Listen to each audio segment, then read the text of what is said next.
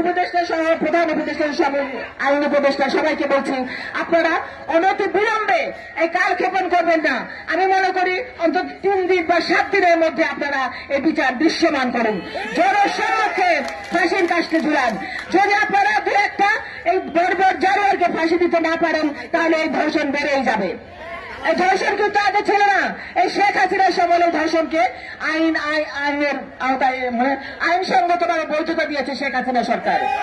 যারা ধর্ষণ করত তাদেরকে পুরস্কৃত করা হতো, আর সেই জন্য ধর্ষণকারীরা এই সাহস পেয়েছে। সুতরাং এই ধর্ষণের যদি একটা দুটা প্রতিবাদ করা হয়, একটা দুটা ফাঁসি দেওয়া হয়, ধর্ষণকারীরা বুক কেঁপে উঠবে, ধর্ষণ চিরতরে বাংলাদেশ থেকে বন্ধ হয়ে যাবে ইনশাআল্লাহ।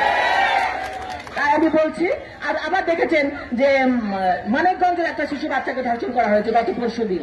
কুমিল্লাতে একটা বয়স্ক মহিলাকে ধর্ষণ করে মেরে ফেলা হয়েছে। তো প্রতিনিয়ত এগুলো হতে থাকবে। সুতরাং আপনারা বলছি অন্তত একটা ফাঁসি কার্যকর করুন খুব অনতি বিলম্বে, তারপরেও আপনারা দেখবেন যে কিভাবে ফাঁসি ধর্ষণগুলো কমে যাচ্ছে। আমি জানি আমাদের এই এলাকার মানুষ দেশনেত্রী বেগম খালেদা জিয়ার কান্ডারি, দেশ নায়ক তারেক রহমানের কান্ডারি, ধানের শীষের কান্ডারি।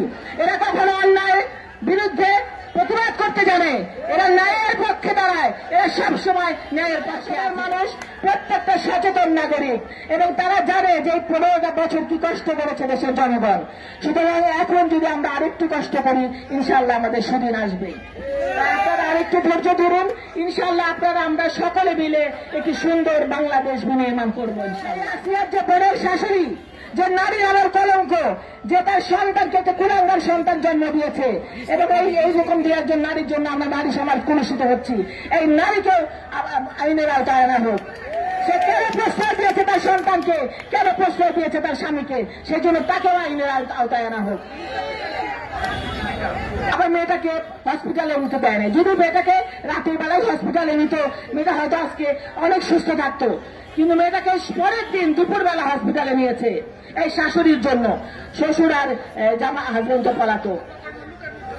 সুতরাং প্রত্যেকটা অপকর্মের আমরা বিচার চাই, এবং আজকের এই জায়গা থেকে আমরা আসিয়া ধর্ষণকারীদের দৃশ্যমান ফাঁসি চাই।